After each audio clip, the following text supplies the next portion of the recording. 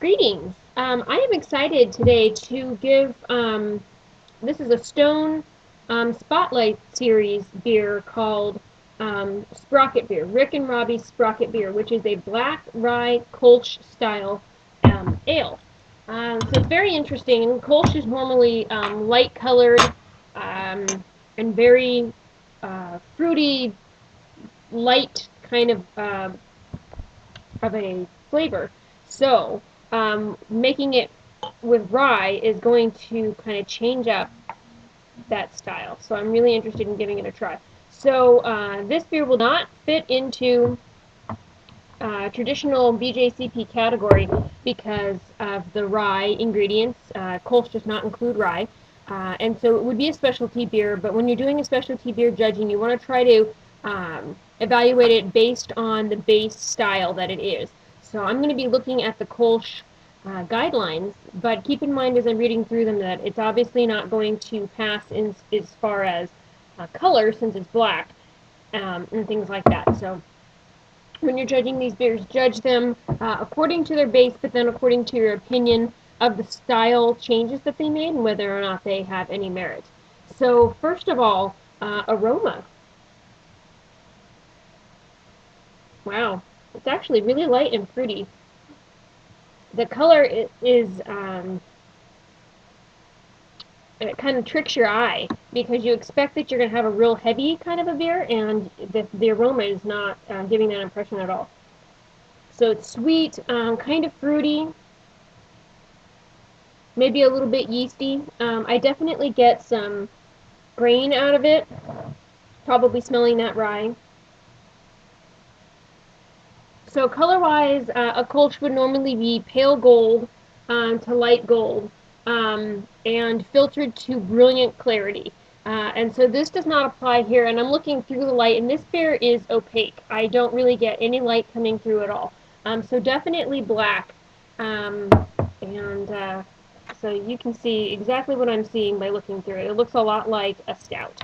Okay, so as far as flavor, we're expecting something soft, round, kind of uh, a little bitter because it does have some hop flavoring to it, and dry, fruity a little bit.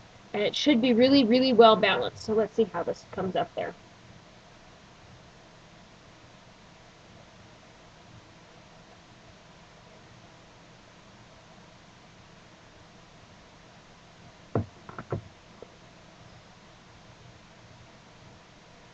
Wow. This is really interesting.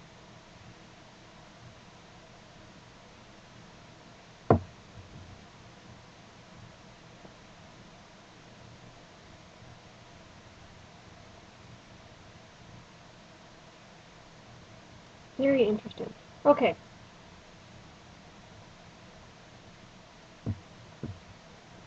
I'm getting a nice, soft flavor. So it's definitely easy on the palate. It's very well rounded. Um, it has some fruitiness, but there's definitely a bitterness, a dryness that is, I would attribute it to the rye as an ingredient. It ends with a little bit of a pucker, which is interesting because that dryness that I'm getting is definitely appropriate for a Kolsch style of beer. So very interesting. Um,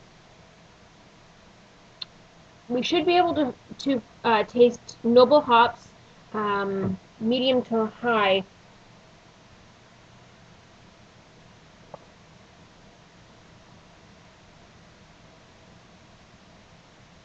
And I think it's in the finish. Um, this beer is really, really good. It's actually reminiscent of a porter, and I would even say, I don't want to say light in color or light in alcohol, but light in flavor porter, which is very interesting. I really like this actually. So mouthfeel, it is definitely smooth and crisp. It has a nice light to medium body. It definitely has body to it.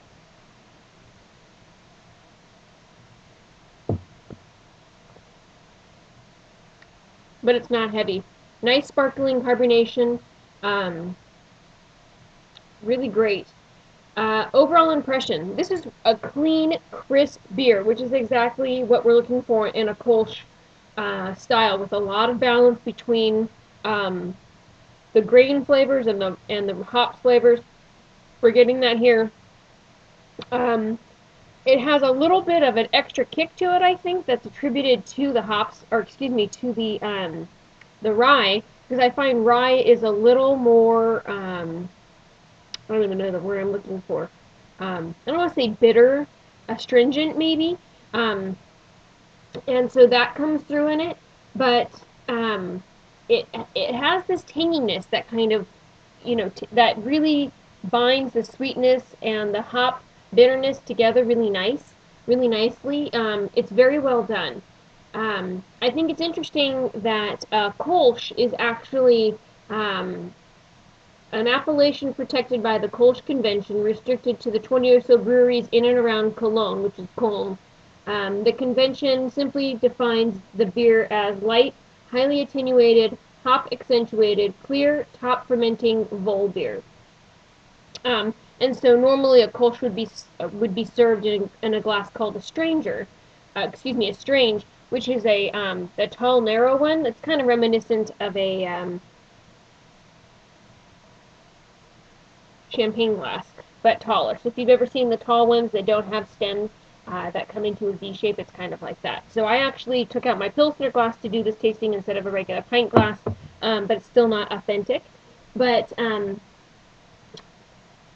this beer, Kolsch tends to have a very short shelf life. So if you see this on the shelves, I definitely would give it a try. It is a really interesting beer. If you like Kolsch style specifically, please try this and let me know what your thoughts are on it. I think overall this is a really, really well done beer. It's great. I think that it fits the Kolsch base as a style really well. And I'm curious to know, for people who are very, very accustomed to Kolsch, what their opinion of this particular beer would be.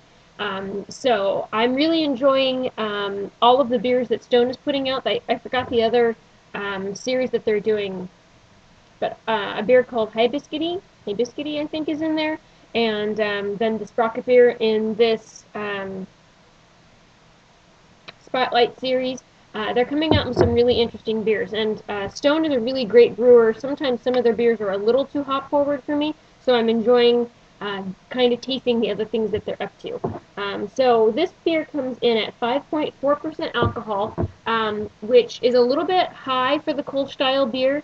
So that's another difference, again, in this particular style. So it doesn't make it for the alcohol range or for color. But otherwise, I think they've done a really good job as far as nailing that Kolsch category.